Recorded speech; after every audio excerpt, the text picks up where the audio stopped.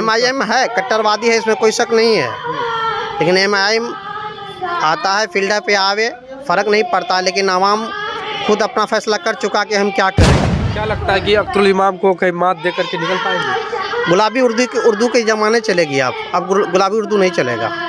अब हमको काम चाहिए, उर्दू नहीं। इस्लाम के ख़िलाफ़ हैं, नहीं किसी के, हम तो खुद इस्लाम हैं। और मोदी अपने जगह है, मोदी के साथ आज गठबंधन किया है नीतीश जी।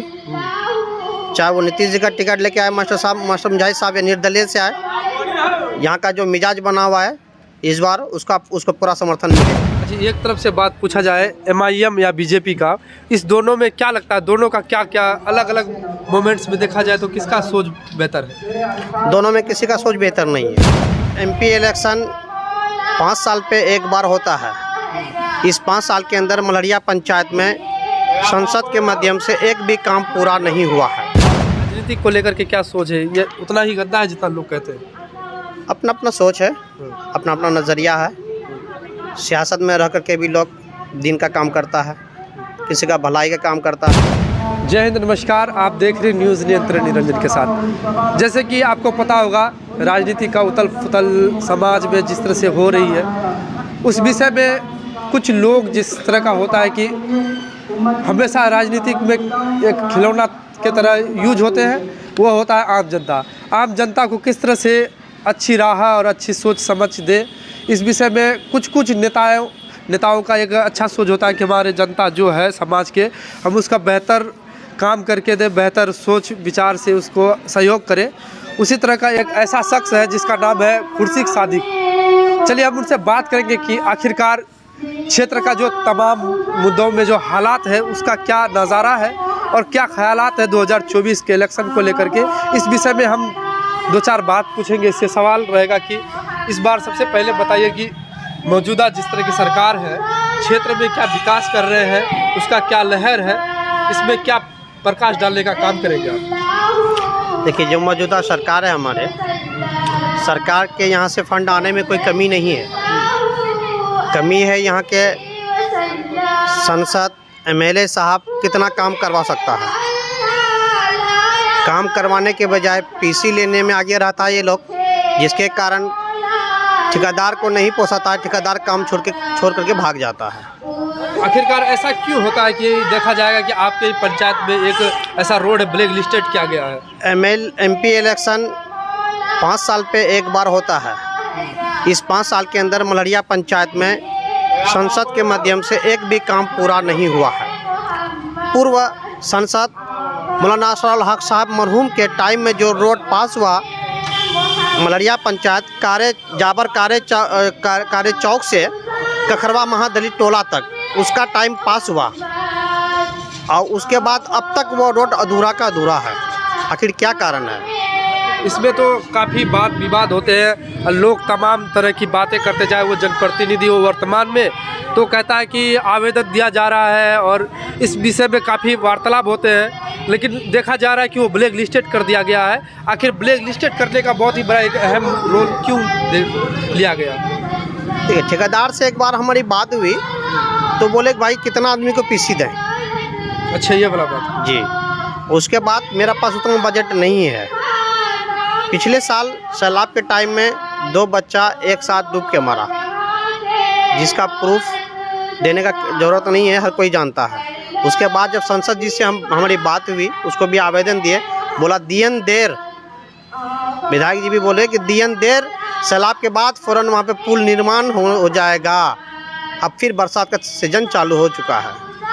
साफ तौर पे कहा जाए कि जो मौजूदा अभी सत्ता में बैठे लोग हैं वो काम से कहीं ना कहीं वंचित है। जी। ऐसा क्यों हो जाता है? जो कि इलेक्शन अभी जिस तरह से लहर चल रहे हैं और देखा जाए कि जगह जगह में लोग अपना कैंप लगा रहे हैं। अभी यहाँ सुनने में आया जलसा में भी तमाम पार्टियों के नेता आएंगे और यहाँ आकर के वादा लंबे लंबे करेंगे, लेकिन काम नहीं होता है जगह पे, ज़मीनी स्तर पर। वही तो चाहते हैं कि वो इस रोड में चल के आए, जैसे कि बोहरा पुल टू जलालगढ़ जो रोड है, इसका स्थिति के बारे में भी एक साल से बोल रहा है कि पास हो जाएगा, पास हो चुका है, काम अब चालू होगा। अभी तक तो गिरामनों को नज़र नहीं आया। आए दिन कई जगह गड्ढा बना हुआ है जिसमें लोग ग्रामीण गिरते रहता है, एक्सीडेंट हो जाता है। अच्छा, ये बताइए तो क्या लगता है मोमेंट इस बार बदलने का, सत्ता बदलने का मोमेंट है या नहीं? इस बार किशनगंज लोकसभा से हर हाल में मास्टर मुजाहिद साहब ही निकलेंगे। टिकट अगर वो लेके मैदान पे आ जाते हैं या टिकट उसको नहीं भी मिलता, अगर वो निर्दलीय भी आ जाता है फिर भी। क्या लगता है बीजेपी गठबंधन में रह करके यहाँ कोई निकल पाएगा किशनगंज में?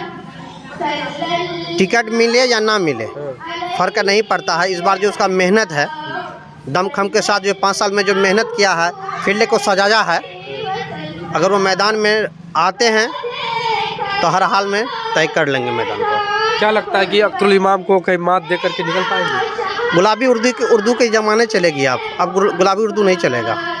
अब हमको काम चाहिए, उर्दू नहीं। कहता है इस्लाम की बात करने वाले पार्टी शख्स एक MIM है जो इस विषय रहनुमाई करने वाले बहुत सारे आए, बहुत सारे गए। समाज में मिल्लत मोहब्बत चाहिए, रहनुमाई का झंडा नहीं चाहिए। कैसी बात करते हैं। और हिंदू का नेता बीजेपी कहा जाता है, RJD यादवों का नेता है, और मुस्लिम का भी तो नेता होना चाहिए भाई साहब। ये कोई बात नहीं है नेता बनने का, हिंदू ना कोई मुस्लिम है। हमारे देश जिस तरह से पहले चला है गांधी जी के नक्शो कदम पे, उसी तरह का हम लोग चाहते हैं, उसी तरह से हमेशा चले। हम लोग को ना हिंदू चाहिए ना मुस्लिम चाहिए, है ना हिंदू ना मुस्लिम, सिख ईसाई आपस में सब हम सब भाई भाई। हम लोग इस तरह का देश चाहते हैं। क्या लगता है MIM का साफ मुद्दा है कि एकदम पूरा कट्टरवादी लेकर के चलना ये MIM है, कट्टरवादी है, इसमें कोई शक नहीं है। लेकिन MIM आता है फील्ड पे आवे, फ़र्क नहीं पड़ता। लेकिन आवाम खुद अपना फैसला कर चुका कि हम क्या करेंगे, किसको देंगे। हैदराबाद से आकर के यहाँ बिरयानी नहीं खाएंगे लोग क्या? वो दौर अब ख़त्म हो गया। एक दौर था, एक लहर था। अच्छा, इस बार का क्या लहर है? इस बार जिससे भी जो भी आगे रहेगा वो मास्टर मुजाहिद साहब हैं, जो कि उसका नाम के लिए कोई मोहताज नहीं है, और हर कोई उसका काम देख रहा है कि वो क्या नहीं किया अब तक। हारने के वो अभी सत्ते पे नहीं है मास्टर मुजाहिद साहब, फिर भी रात दिन जो काम किसी से नहीं होता वो करके दिखाता है। साफ तौर पे कहा जाए कि मोदी का मोमेंट इस बार बना है क्या? हाँ, इसमें कोई शक नहीं। अब मोदी की बात कर रहे हैं, तमाम वो उलमा चाहे MIM में बैठे लोग, उसको लगेगा कि इस्लाम के खिलाफ है। देखिए, ना हम इस्लाम के खिलाफ हैं न किसी के, हम तो खुद इस्लाम हैं। और मोदी अपने जगह है, मोदी के साथ आज गठबंधन किया है नीतीश जी। चाहे वो नीतीश जी का टिकट लेके आए मास्टर मुजाहिद साहब या निर्दलीय से आए, यहाँ का जो मिजाज बना हुआ है इस बार उसको पूरा समर्थन मिलेगा। अच्छा, एक तरफ से बात पूछा जाए MIM या बीजेपी का, इस दोनों में क्या लगता है, दोनों का क्या क्या अलग अलग मोमेंट्स में देखा जाए तो किसका सोच बेहतर है? दोनों में किसी का सोच बेहतर नहीं है। मोदी और अवैसी में किसी का? तो कौन है बेहतर? मेरा जिस तरह से राहुल गांधी बेहतर था। अब क्या सोचे नहीं मालूम। मेरा बिहार के लिए जो नीतीश सरकार पहले से करते हुए आ रहा है, अब तक ना वो हिंदू क्या है ना मुस्लिम क्या है, सबके लिए बराबरी का काम किया है। जिस नीतीश कुमार जी के बात कर रहे हैं, नीतीश कुमार जी मोदी का गर्दन में हाथ रख करके कहते हैं हम आपका साथ कभी नहीं छोड़ेंगे। अब तक लेकिन वो मेरा बिहार के लिए गलत नहीं किया, वो किसी के भी साथ रहा। तो मोदी का कहीं ना कहीं वो फैन है, तो आप भी तो? नहीं, हम मोदी का फैन नहीं है। अच्छा, आप नीतीश कुमार का है जी। लेकिन आपका जो सदर है वो उसका, वो जहाँ है हम लोग वहाँ हैं।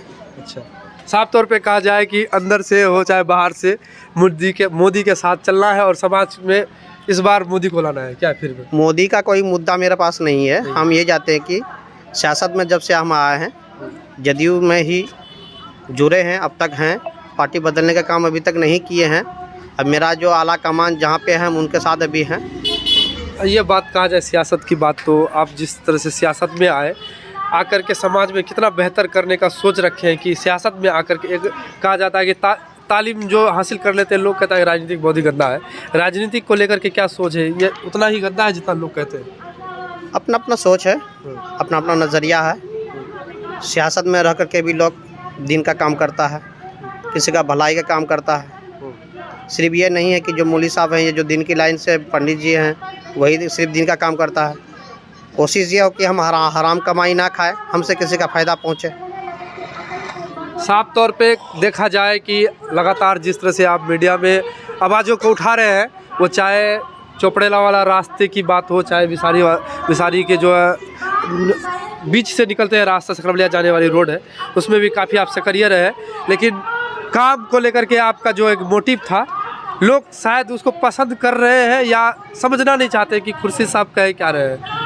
लोगों को क्या कहना चाहेंगे कि जागरूक होना ज़रूरी है कि नहीं? हम यही कहना चाहेंगे कि बार बार आवाज़ उठाने से एक ना एक दिन खुदा भी फरियाद सुन लेता है। इसलिए मेरा मुद्दा है कि जो आवाज़ दबा हुआ है, हम उसको चाहते हैं कि आवाम जगे, देखे कौन क्या कर सकता है आवाम के लिए। आवाम, मेरा समाज में आवाम में यहाँ का नेता नहीं चाहिए, यहाँ के समाज को बेटा चाहिए जो कि बेटा की तरह काम करे, समाज में हर मुद्दा को उठाए, यहाँ से ऊपर तक पहुँचाए।